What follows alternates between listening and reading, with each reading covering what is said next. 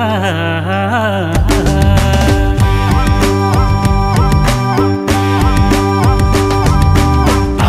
म त मायालाई भेट्नलाई मनको प्यास उहीसँग मेट्नलाई उहीसँग